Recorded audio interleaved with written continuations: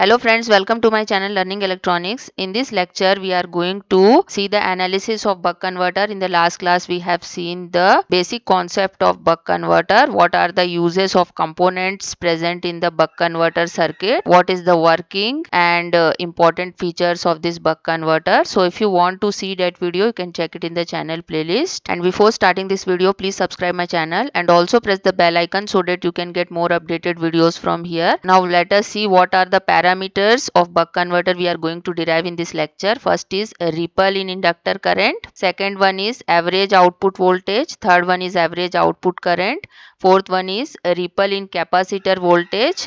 And last is critical inductance and critical capacitance. So first we are going to derive ripple in inductor current. It is represented by del IL. So when the switch is in the on condition, it will act as short circuit, as you can see. When this S switch goes into the on condition, this freewheeling diode DF goes into the off condition, because this positive will come to the N side of this DF diode and this negative will come to the P side of this DF diode. So this DF diode will go into the off condition and it will act as open circuit. Okay, now we will apply KVL in this loop. We have taken the voltage across the inductor as VL, the voltage across the load as V0. Okay, now we will apply KVL in this loop. We will get by KVL Vs minus VL minus V0 is equal to 0. From this we will get the voltage across the inductor VL will be equal to Vs minus V0. Now we know that VL is the voltage across the inductor, therefore it can be written as L into dIL by dt, where IL is the current through this inductor. Now this equation can be written like this: L into DIL is equal to Vs minus V0 into dt. Now we will integrate both sides. For DIL we will take the limit I minimum to I maximum, and for dt we will take a limit from 0 to t on. Because the switch is on now, that means we have to take on period of the switch. So we will integrate from 0 to t on here. After integrating, we will get L into I maximum minus I minimum is equal to Vs minus V0 into t on minus 0. Now this equation can be written like this: this I maximum minus I minimum will be equal to del IL. So here we will get L into del IL is equal to Vs minus V0 into t on. Now from the above equation we will get del IL is equal to Vs minus V0 into t on divided by L, and we know that the on period of the switch can be written as duty ratio into total time period, that means d into t. We will put this value here in this equation. We will get del IL is equal to Vs minus V0 into dt divided by L. Time period written as 1 upon frequency. So we will get this type of equation for ripple in inductor current: del IL is equal to Vs minus V0 into d divided by F into L. When switch goes into the off condition, it will act as open circuit, that means source will be disconnected from the load. So when the switch was in the on condition, at that time this inductor was storing the energy in it, and due to the stored energy in the inductor, now this freewheeling diode DF goes into the on condition. So when the switch goes into the off condition, it will act as open circuit. This freewheeling diode will go into the on condition. That means we are now talking about the off period of the switch, which is represented by T off. During the off period of the switch, when we apply KVL in this loop, so voltage across the capacitor will also be equal to V0 only, because it is connected parallel to the load. Therefore we will get VL plus V0 is equal to 0. From this equation, the voltage across the inductor will be equal to minus of V0 during the off period of the switch. Now we will see the output waveforms. This is the DC source voltage. This is the gate pulses which we are giving. So during the on period of the switch, what happens? The inductor is charging. So the current through the inductor will increase from I minimum to I maximum during the on period of the switch, and during the off period of the switch, the inductor will discharge itself through the freewheeling diode. Therefore current through the inductor will decrease from I maximum to I minimum. So this total change will be taken as del IL, which we have just now derived, which is called as ripple in inductor current, and the average of this inductor current will be equal to the load current, and this load current will be equal to del IL by 2, because this half of this del IL will be equal to I0, therefore I0 will be equal to del IL by 2 here. Now we have studied when the switch is on. means during the on period of the switch, the voltage across the inductor will be equal to Vs minus V naught. So we are taking this type of waveform here, and during the off period of the switch, what happens? Inductor voltage will be equal to minus of V naught. So these are the waveforms for the buck converter. Next we are going to derive average output voltage represented by V naught. We know that the average inductor voltage will be equal to 0. So we are taking VL average is equal to 0. During on period of the switch, what is the equation of the inductor voltage? VL is equal to Vs minus V naught. This is equation number 1. We can take this value of inductor voltage as VL on, and during the off period of the switch, what is the inductor voltage? Inductor voltage will be equal to minus of V naught. So we will take this inductor voltage as VL off. So average inductor voltage VL average will be equal to VL on plus VL off. Now we will put the formula. VL on will be equal to Vs minus V naught into on period of the switch minus, why we are taking minus here? Because we are getting VL is equal to minus V naught. So this plus become minus, so minus V naught into off period of the switch, because we are taking the average value. So we have to multiply this Vs minus V naught and minus of V naught with that respective time periods. Okay, so we are getting from this equation Vs minus V naught into T on is equal to V naught into T off, because this will be equal to 0. This is the average value. So this will shift to the right hand side here, and we will get this type of equation. Now from here we will get Vs into T on is equal to V naught into T on plus T off. We know that this T on plus T off is equal to total time period T. So we can write this equation as Vs into T on is equal to V naught into T.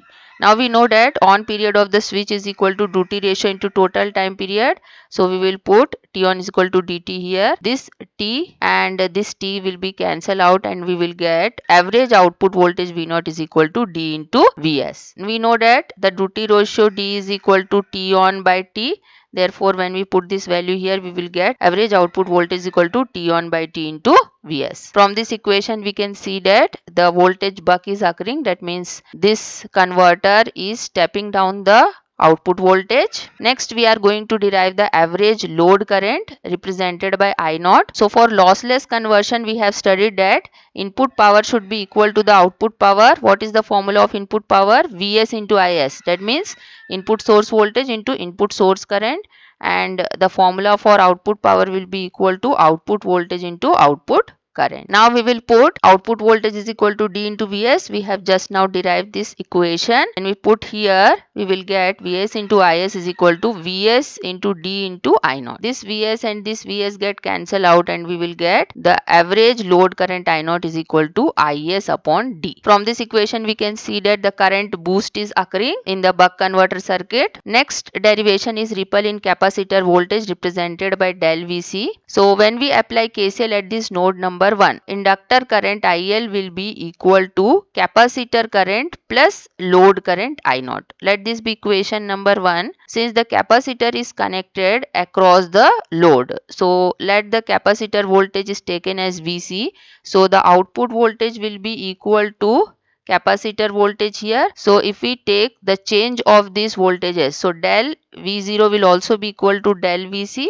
So we are taking this equation number 2 from here. Now we will find out the change in charge del Q. The formula for Q is equal to C into V. This we know already. So if we are taking the change del Q, then we can write this equation as del Q is equal to C into del into Vc. Now to find out the change in the charge, we have to take the area of this triangle. This is the waveform for the inductor current. So in this inductor current waveform, we have to take the area of this triangle. This is the total time period from this point to this point. This is the total time period. If we are taking this value, this will be equal to half of this total time period, that is this will be equal to T by 2. This part and this part will make one triangle, and this is one triangle. So two triangles will be made like this. So if you take one triangle, then it will be equal to T by 2, and total time period will be equal to T here. So this total time period for this triangle will be equal to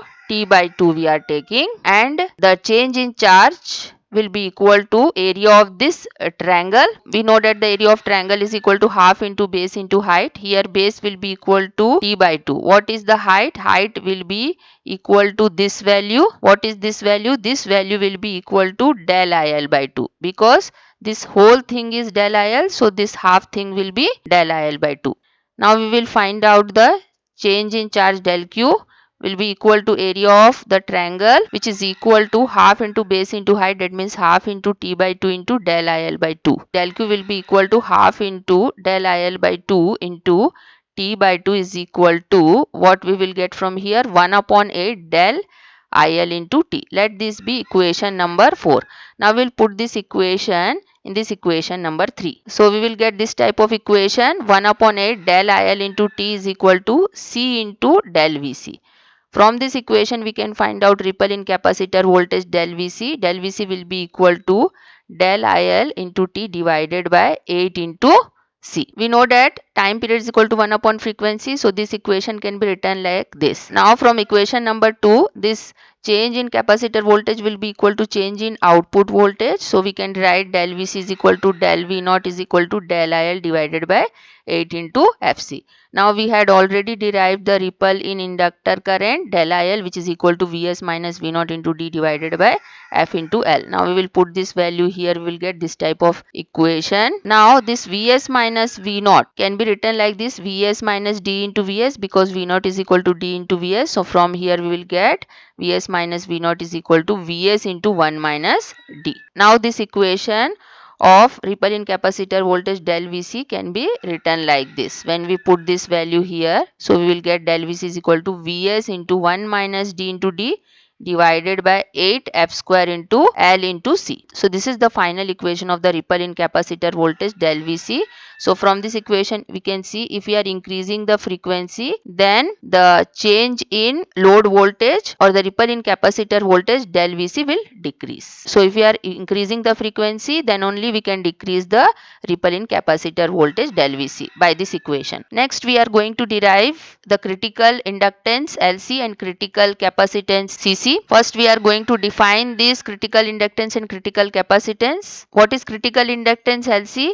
The value of the inductor below which the inductor current becomes discontinuous and above which it is continuous. It means it is that value of inductance above which the inductor current will be continuous and below which the inductor current becomes discontinuous. And what is the critical capacitance represented by Cc? This critical capacitance is the value of the capacitor below which the capacitor voltage, we are talking about here capacitor voltage, here we talked about inductor current. Okay, so this critical capacitance is the value of capacitor below which the capacitor voltage becomes discontinuous, and above this critical capacitance value the capacitor voltage will be continuous in nature. Now we will derive the equations of critical inductance and critical capacitance. First we will take critical inductance.